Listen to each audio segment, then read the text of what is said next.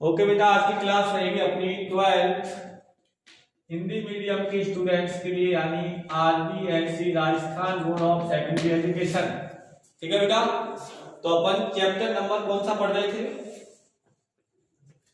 Chapter number 10, जिसका नाम था प्रत्यावर्ती धारा यानी अल्टरनेटिंग करंट। ये पढ़ रहे थे, जो दैनिक जीवन में बहुत काम आता है। ठीक है, इसमें हमने पिछले लेक्चर में पढ़ा कि जब किसी प्रत्यावर्ती परिपथ में केवल प्रतिरोध जुड़ा हो। आज हम दूसरे एलिमेंट को उठाते हैं और आज हम पढ़ेंगे जब प्रत्यावर्ती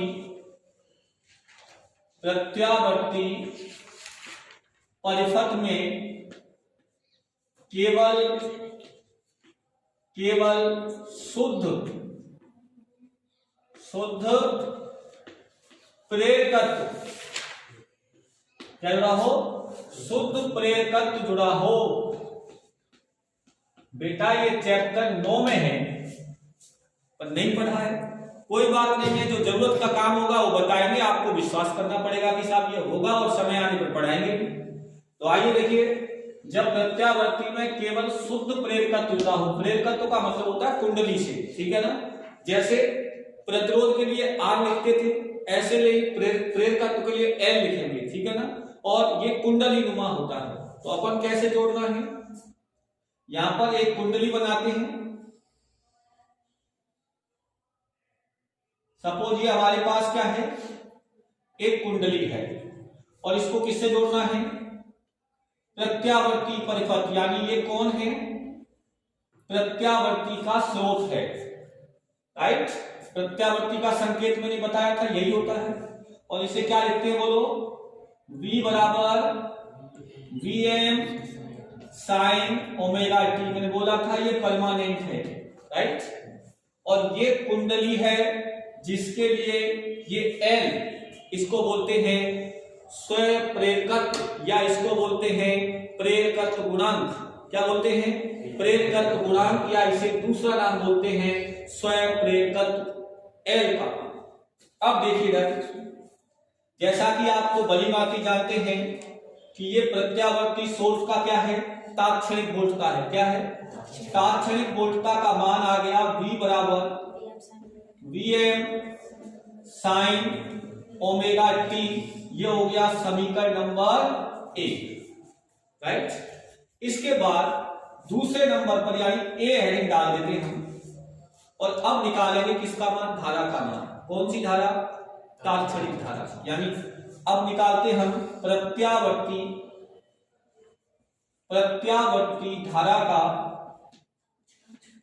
धारा का तात्क्षणिक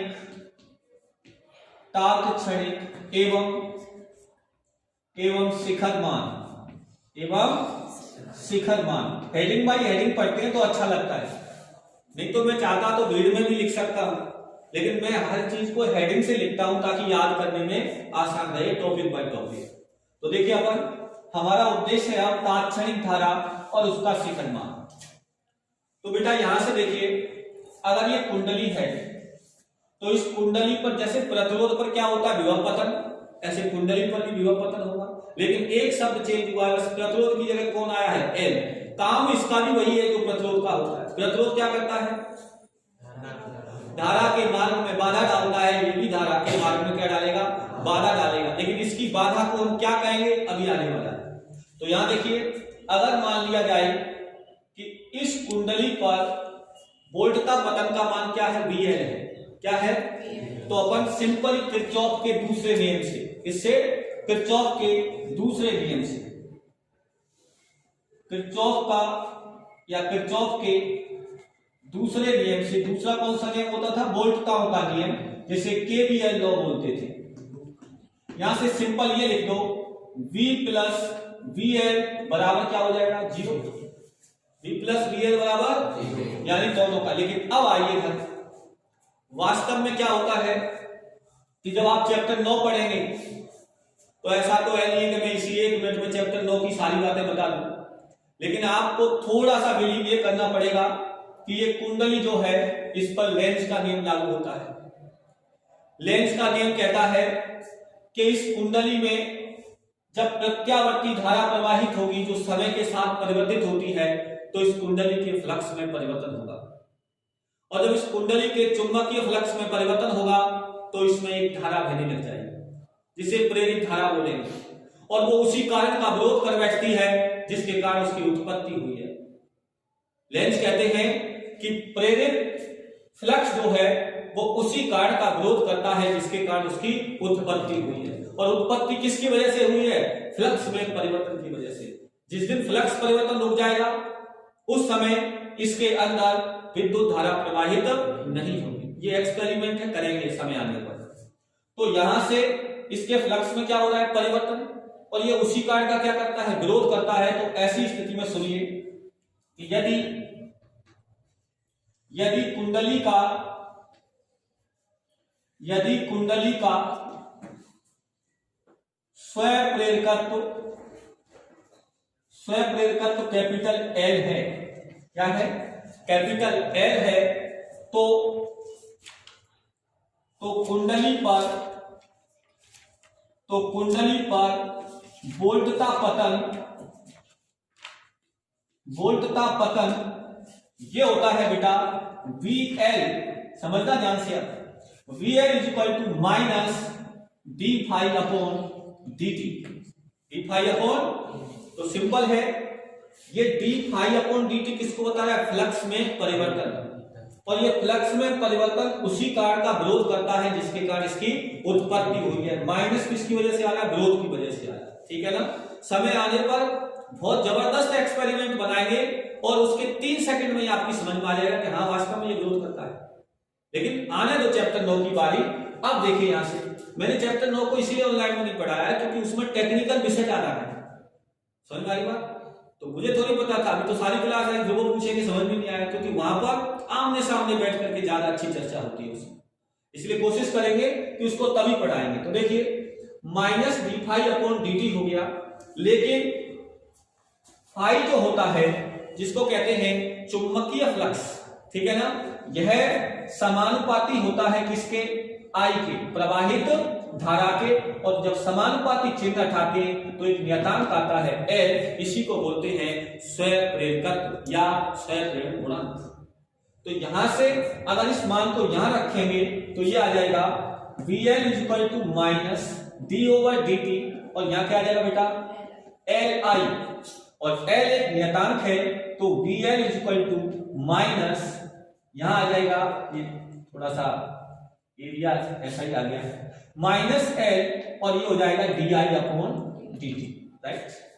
तो इस प्रकार कुंडली पर वोल्टता पतन का मान आ जाता है minus L DI upon DT। ये समीकरण 1, इसको समीकरण 2 और इसको समीकरण 3। अब समीकरण 1 और 3 से मान 2 में रखने पर समीकरण 1 व 3 से मान किसमें रखेंगे? 2 में रखेंगे। 2 में रखेंगे तो V का मान कितना है? Vm साइन ओमेगा t, और उसके बाद यहां क्या आ जाएगा? Minus L DI upon dt बराबर 0। आपका उद्देश्य क्या है? तात्क्षणिक धारा निकालना। तो आइए देखिएगा, पक्षांतरण करेंगे तो यह आ जाएगा L DI अपॉन dt बराबर Vm साइन ओमेगा t। तो ये हो जाएगा DI अपॉन dt बराबर क्या आ जाएगा? Vm upon L sine omega t। तो DI बराबर Vm upon L sine omega t dt। बोलो किसका मान है ये? DI का, और निकालना क्या है? I। तो क्या करेंगे? समाकलन। तो समाकलन करने पर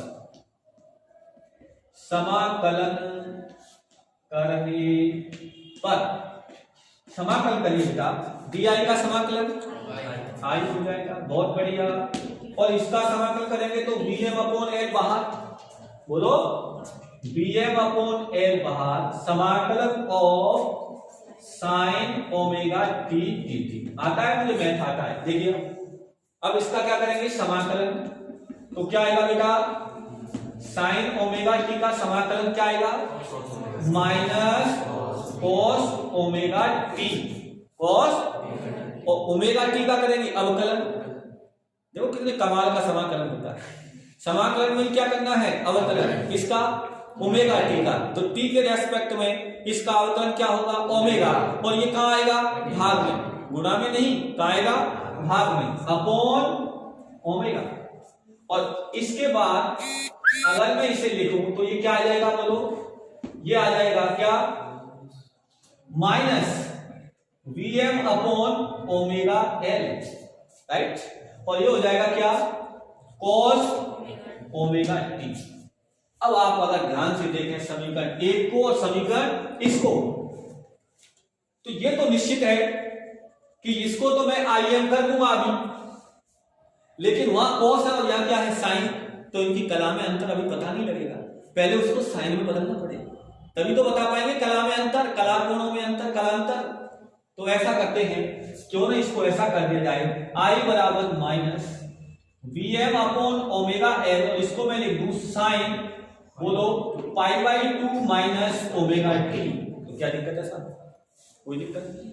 अब मैं इसको ऐसे भी लिख सकता क्या, I बराबर ये माइनस, यानी यहां से माइनस कॉमन लूं तो माइनस माइनस प्लस, तो ये क्या हो जाएगा, Vm अपॉन ओमेगा एल, और ये हो जाएगा sign omega T minus pi by 2। बोलो आएगा कि नहीं। और इसी को मैं क्या लिख सकता हूं, I बराबर Im sign omega T minus pi by 2। समीकरण नंबर कौन सा है, 4, समीकरण 4। बोलो, अब हमारे पास देखिए समीकरण ये रहा और ये रहा, आराम से पता लग रहा है समीकरण 1 में और 4 में कि कौन किससे आगे है और कौन किससे पीछे है। बोलो, यहां पर Im क्या है, किसका शिखरमान है, धारा का शिखरमान है। और आज धारा का शिखरमान पता है क्या आया है, यहां Im बराबर क्या आया, बोलो आप ध्यान से, Vm अपॉन क्या आया, ओमेगा एल आया है। क्या आया है, ओमेगा एल आया कि नहीं, बोलो।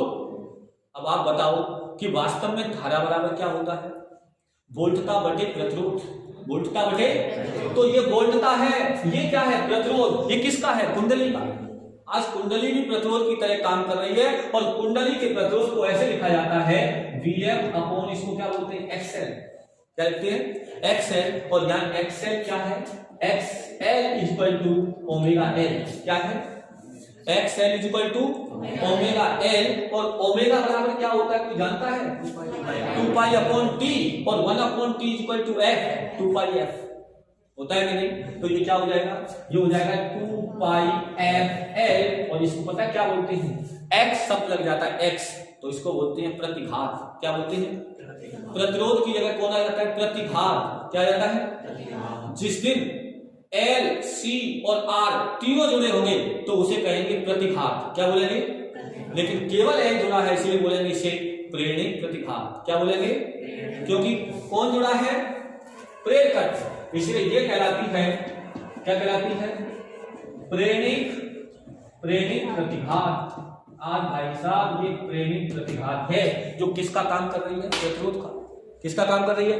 अब आपसे कोई पूछता है कि नहीं सर ये बताओ कि प्रेरणिक प्रतिघात किसे कहते हैं, तो कैसे परिभाषा बोलोगे, प्रेरणिक प्रतिघात, दिस इज XL। कैसे परिभाषा बोलोगे, ऐसे बोलेंगे कि जब किसी प्रत्यावर्ती परिपथ में केवल शुद्ध प्रेरकत्व जुड़ा हो, मैं लिख नहीं रहा, जब किसी प्रत्यावर्ती परिपथ में केवल शुद्ध प्रेरकत्व जुड़ा हो तो धारा के मार्ग में डाली गई रुकावट प्रेरणिक प्रतिघात कहलाती है। धारा के मार्ग में डाली गई रुकावट प्रेरणिक प्रतिघात कहलाती है, जिसे XL से लिखते हैं। और XL equal to omega L बराबर 2 पाई एफ। राइट, बोलो, संशय नहीं होना चाहिए, ये प्रतिरोध का ही काम कर रही है। अपना पॉइंट पहला हुआ कंप्लीट, कौन सा, प्रत्यावर्ती धारा का तात्क्षणिक एवं शिखरमान। दूसरे नंबर पर क्या आता है, दूसरे नंबर पर आता है कि प्रत्यावर्ती धारा और प्रत्यावर्ती वोल्टता के मध्य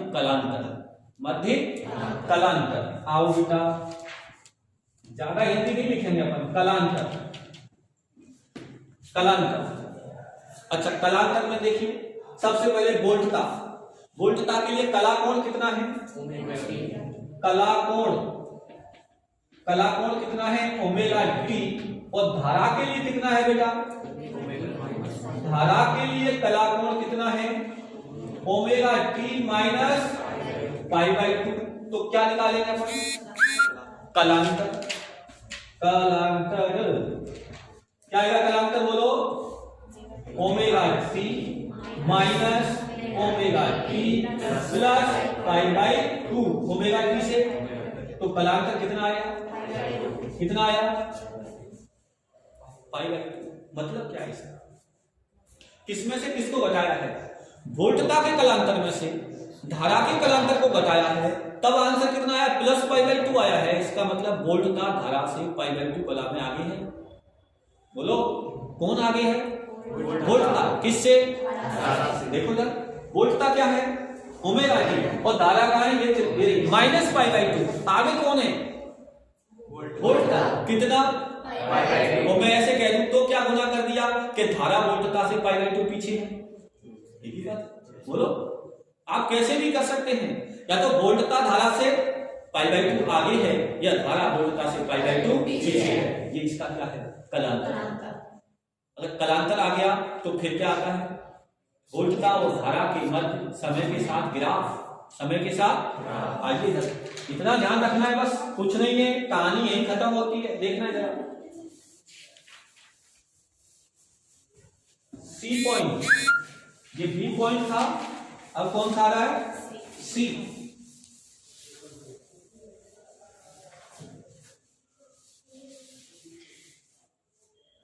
आ जाओ, सी पॉइंट।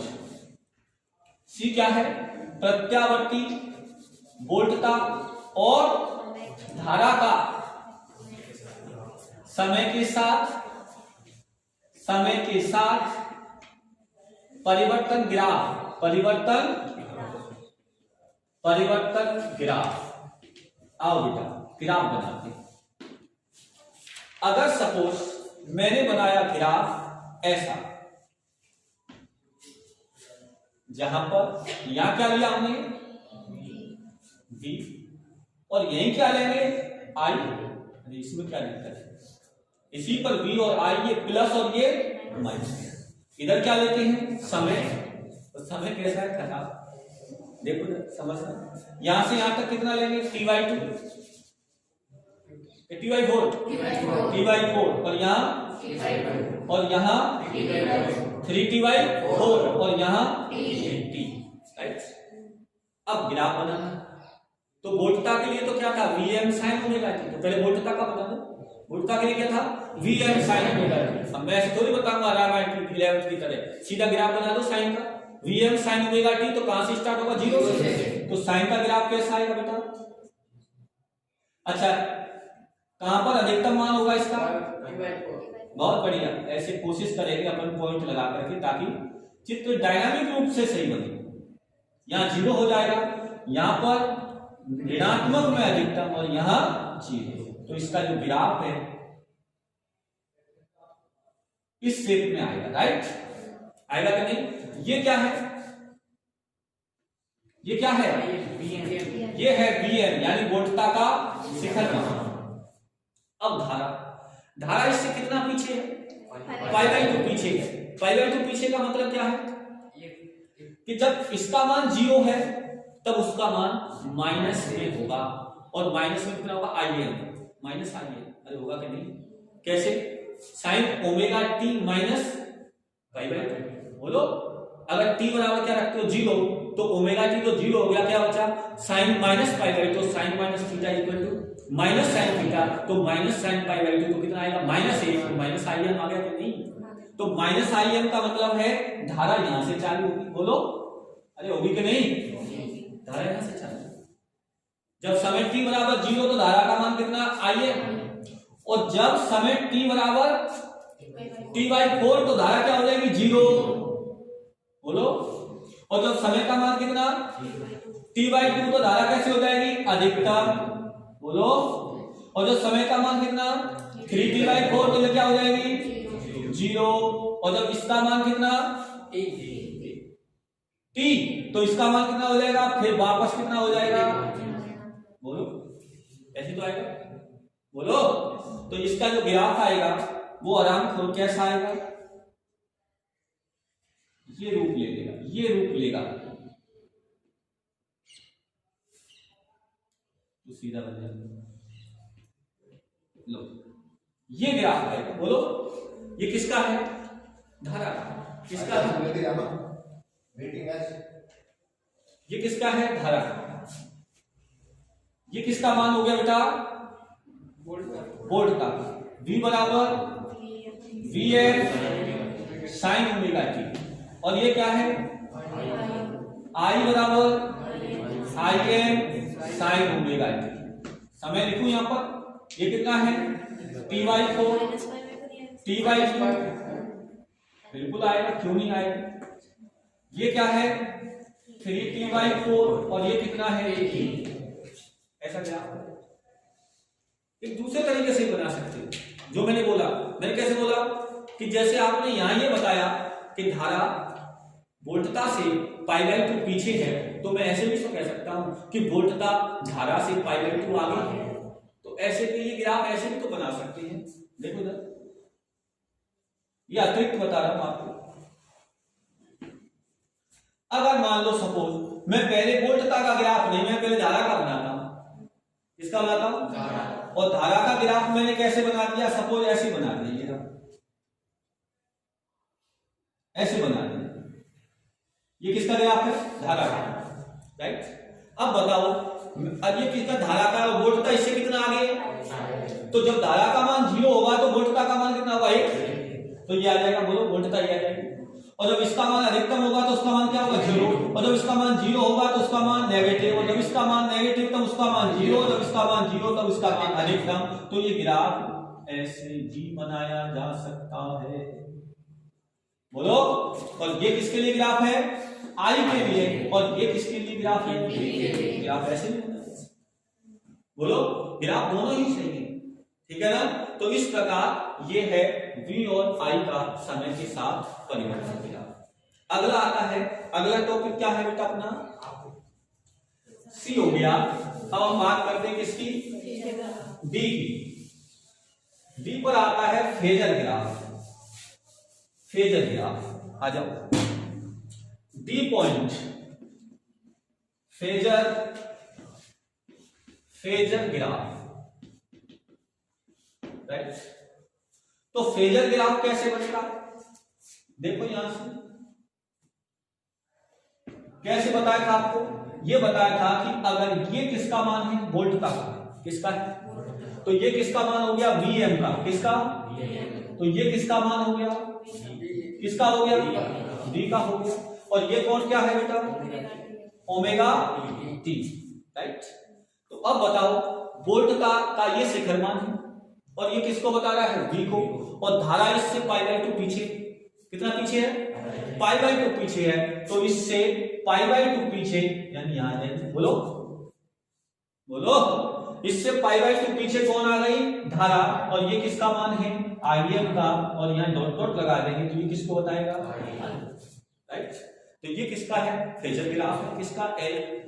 आगे बात समझ में, वोल्टता से धारा कितना पीछे है, π/2, तो पीछे दिखा दे, पीछे दिखा दे, आगे होती तो आगे दिखा देता। और ये सब रिजल्ट याद होने चाहिए कि जब किसी परिपथ में, प्रत्यावर्ती परिपथ में केवल प्रतिरोध जुड़ा हो तो धारा वोल्टता समांतरा में होती है, और जब L जुड़ा हो तो वोल्टता आगे होती है धारा से, कितना, π/2 आगे होती है। ये सब पता होना चाहिए, तभी आप LCR पढ़ सकते हैं। अब आती है बात इसकी क्या, कि आवृत्ति पर निर्भरता। प्रतिरोध तो आवृत्ति पर निर्भर नहीं करता था, लेकिन यहां ये प्रतिघात तो कर रही है निर्भर, बोलो। तो आवृत्ति पर निर्भरता नंबर ई पॉइंट, किस पर बेटा, आवृत्ति पर निर्भरता, किसकी निर्भरता, प्रतिघात की। तो यहां हम जानते हैं कि प्रेरित प्रतिघात बराबर कितना होता है, ओमेगा एल बराबर 2 पाई एफ एल। ओमेगा क्या होती है, कोणीय आवृत्ति, ठीक है। अब देखिए यहां से, तो यहां से क्या पता लग रहा है कि एक्सएल समानुपाती है किसके, एफ के, और एक्सएल व्युत्क्रमांक समानुपाती है एल के। बोलो, यानी अगर आवृत्ति का मान बढ़ता है तो एक्सएल बढ़ेगा। आज यहां निर्भर करेगा कि अपने भारत में कितनी आवृत्ति है और चाइना में कितनी आवृत्ति है, इस बात पर कुंडली का प्रतिरोध निर्भर करेगा। अगर आप 50 हर्ट्ज आवृत्ति का कोई सोर्स है, याद करिए, अगर मैं बात करता किसके लिए, डीसी के लिए, किसके लिए, ये तो एसी है, डीसी के लिए बात करता तो डीसी के लिए आवृत्ति कितनी होती है, 0 होती है, क्योंकि डीसी क्या होती है, समय के साथ उसके मान में कोई परिवर्तन नहीं होता, अर्थात उसकी आवृत्ति चक्कर लगाती ही नहीं हो, इसलिए क्या होती है 0, और उसके लिए 0 होती है तो एक्सएल का मान क्या हो जाएगा, 0। इसलिए डीसी के मान में एक्सएल कोई रुकावट ही नहीं डालेगा, और जब रुकावट नहीं डालेगा तो कोई शक्ति हानि नहीं होगी, और शक्ति हानि नहीं होगी तो ऐसे उपकरण का काम क्या, सोचो, काम ही नहीं करेगा, इसलिए शक्ति हानि होने लगेगी। एफ का मान, तो इस स्थिति में यदि आप ग्राफ बनाते हो, इसके लिए अगर यहां पर क्या ले लेते हो एक्सएल और यहां क्या लेते हो एफ, तो ग्राफ कैसा है, सीधी रेखा। और यदि आप यहां ले लेते हो एक्सएल और यहां क्या ले लेते हो एल, तो भी ग्राफ कैसा है, सीधी रेखा, राइट। तो ये किसकी निर्भरता हो गई, आवृत्ति की निर्भरता हो गई, कि आवृत्ति पर ये निर्भर कैसे करता है। अब आता है अपना औसत शक्ति या शक्ति, तो शक्ति वाला टॉपिक और पढ़ लेते हैं, तो ये अपना टॉपिक कंप्लीट हो जाएगा। आइए, अब आती है बात शक्ति। शक्ति शक्ति शक्ति P बराबर क्या होता है, V इंटू आई, V इंटू, और हमारे पास V का मान था Vm साइन ओमेगा टी, और I का मान था Im sign omega T minus pi by 2। ये हो जाएगा Vm Im sign omega T, और ये क्या हो जाएगा बेटा, माइनस, माइनस ले लो, और माइनस लेंगे तो ये क्या हो जाएगा, कॉस ओमेगा टी, अरे हो जाएगा कभी माइनस कॉस ओमेगा टी, और यहां से क्या करो, P बराबर माइनस Vm Im अपॉन 2 और इंटू 2, और 2 sine omega T cos omega T बराबर sine 2 omega T, sine 2 theta का सूत्र, तो ये हो जाएगा साइन 2 ओमेगा टी, क्या हो जाएगा 2 ओमेगा टी। अब इसका क्या लेते हैं, औसत, क्या लेंगे, और औसत लेंगे तो ये हो जाएगा P बार, और बराबर क्या हो जाएगा, ये तो नियतांक है, ये समय पर निर्भर नहीं कर रहा, इसलिए ये तो सेम रहेगा, और ये हो जाएगा साइन 2 ओमेगा टी का बार। और मैंने कल भी आपसे कहा था कि एक मान निकालना, कौन सा, साइन स्क्वायर वाला, औसत निकालोगे तो उसका मान 1/2 आएगा, कोस स्क्वायर का निकालेंगे तो 1/2 आएगा, लेकिन अगर स्क्वायर नहीं हो तो 0 आएगा, क्या आएगा, अगर इसका आप औसत निकालोगे, किसका, साइन 2 ओमेगा टी हो, साइन ओमेगा टी हो, साइन 4 ओमेगा टी हो, 50 ओमेगा टी हो, 0 आएगा, कॉस हो तो भी 0 आएगा। कैसे निकालोगे आप, औसत अगर आपको निकालना ही है तो 0 से t, और ये आएगा साइन 2 ओमेगा टी dt, और यहां आएगा 1/t। आप इसका हल करना, 0 आएगा, मेरी गारंटी। अरे बस अरे करके बताओ 0 आएगा, मानो मेरा, विश्वास करो, ऐसा थोड़ी है। लेकिन यहां तो सीधा उपयोग में लेना, इसका मान क्या होता है, 0। अरे तुम्हें ज्यादा वो लगता है तो मेरा वीडियो ही तो लंबा हो जाएगा, मैं कर देता हूं। 1/t साइन 2 ओमेगा टी का समाकलन क्या होगा बेटा, माइनस बाहर cos 2 omega T upon 2 omega, limit क्या आएगी 0 से t, 2 ओमेगा क्या आ जाएगा बाहर, खत्म। अब यहां से देखो लिमिट रखेंगे तो यहां से क्या आएगा, बोलो, पहले अपर लिमिट, तो क्या आएगा बेटा, कैपिटल T, फिर माइनस cos 2 ओमेगा 0, तो cos 0, अरे बोलो, और ओमेगा बराबर क्या होता है 2 पाई अपॉन t, t से t, और cos 4 पाई का मतलब जो cos 0 का मान होता है वो cos 4 पाई का, 8 पाई का, 6 पाई का, वहीं आगे घूम के, तो क्या आ जाएगा, cos 0 का मान क्या होता है 1, तो cos 2 पाई 4 पाई का 1, और cos 0 1 माइनस 1 0 बराबर 0। बोलो, अब आगे से शक मत करना, 0, तो ये तो जाएगा 0, मैथ आता है, मुझे विश्वास करिए। अब देखो इधर P बार बराबर क्या आ गया, यानी औसत शक्ति क्या आती है, तो कमाल है अगर औसत शक्ति 0 आती है। तो एक बार आपने ये भी पढ़ा था कि औसत धारा भी 0 आती है प्रत्यावर्ती, और औसत 0 तभी आ सकता है जब किसी का ग्राफ ऐसे हो जिसका मान उतना ही प्लस में हो उतना ही माइनस में हो। तो आज शक्ति का ग्राफ भी ऐसा ही है, शक्ति का ग्राफ भी ऐसा ही आएगा। तो आइए हम एक ऐसा ग्राफ बनाते हैं जिसमें शक्ति भी हो, जिसमें वोल्टता भी हो, जिसमें धारा भी हो और जिसमें फाई भी हो, यानी फ्लक्स भी हो। तो आइए देखिए ग्राफ। देखना आज यहाँ जरूरत पड़ती है तो रंगीन चौकों की पड़ती है, लेकिन हमें तो बोर्ड ही ऐसा उपलब्ध है, चौक तो भाड़ में गई रद्दी की आवाज। आइए, मुझे लगता है अपन फालतू में क्यों अपने पास ग्राफ बनाए, क्यों नेतागिरी करें, कोई सा भी ले सकते हो, बताओ कौन सा अच्छा लग रहा है, ऊपर वाला चल रहा है। आइए इनको मैं मिटा देता हूं, मुझे कोई अभी खास नहीं देना नहीं।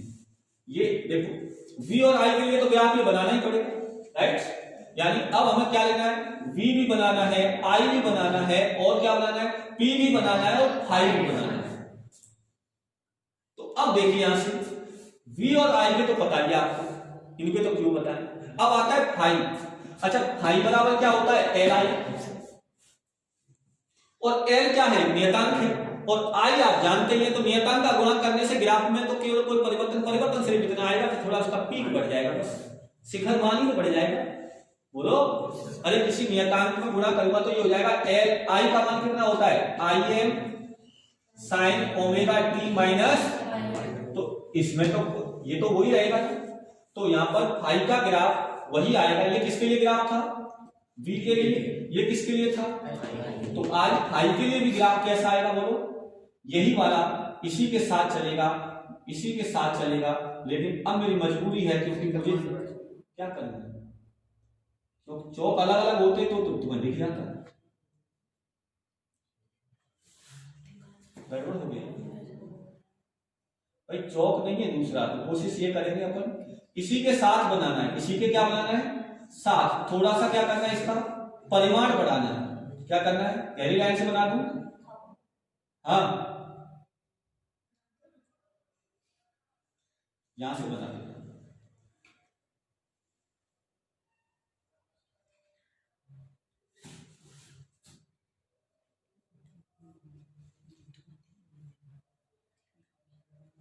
ठीक है, तो ये किसका मान है, बोलो ये किसका मान है, फाई का मान। अब शक्ति P क्या आती है, P बराबर क्या होता है, V इंटू आई, V इंटू। अब देखो यहां से यहां तक, यहां से यहां तक देखना ध्यान से, यहां से यहां तक ये V है और डॉट डॉट वाला क्या है अपने पास I। तो देखो V का मान कैसा है, पॉजिटिव, यहां से यहां तक, और ये कैसा है, नेगेटिव। तो पॉजिटिव और नेगेटिव बराबर नेगेटिव, तो यहां से यहां तक कैसा मान आ जाएगा, ये आ जाएगा, बोलो नेगेटिव। अब आ जाओ यहां से यहां तक, यहां से यहां तक, तो बताओ ये क्या है, वोल्टता, ये कैसी है, पॉजिटिव, और ये कैसी है, पॉजिटिव। तो पॉजिटिव इंटू पॉजिटिव क्या आ जाएगा, पॉजिटिव आ जाएगा। अब इधर आ जाओ, ये क्या है, यहां से यहां तक देखो, यहां से यहां तक धारा कैसी है, पॉजिटिव, और वोल्टता कैसी है, नेगेटिव। तो ये क्या आ जाएगा, नेगेटिव। और यहां से यहां तक आ जाओ, यहां से यहां तक वोल्टता कैसी है, वोल्टता, ये देखो वोल्टता कैसी है, नेगेटिव। धारा कैसी है, नेगेटिव, नेगेटिव नेगेटिव पॉजिटिव। तो ये आ गया, बोलो ये ग्राफ किसका आ गया, शक्ति का। ये किसका है, ये शक्ति का ग्राफ। बस इस प्रकार ये सारे ग्राफ क्या हो जाते हैं, कंप्लीट हो जाते हैं, और टॉपिक भी क्या हो जाता है, कंप्लीट। आज के लिए इतना ही, धन्यवाद।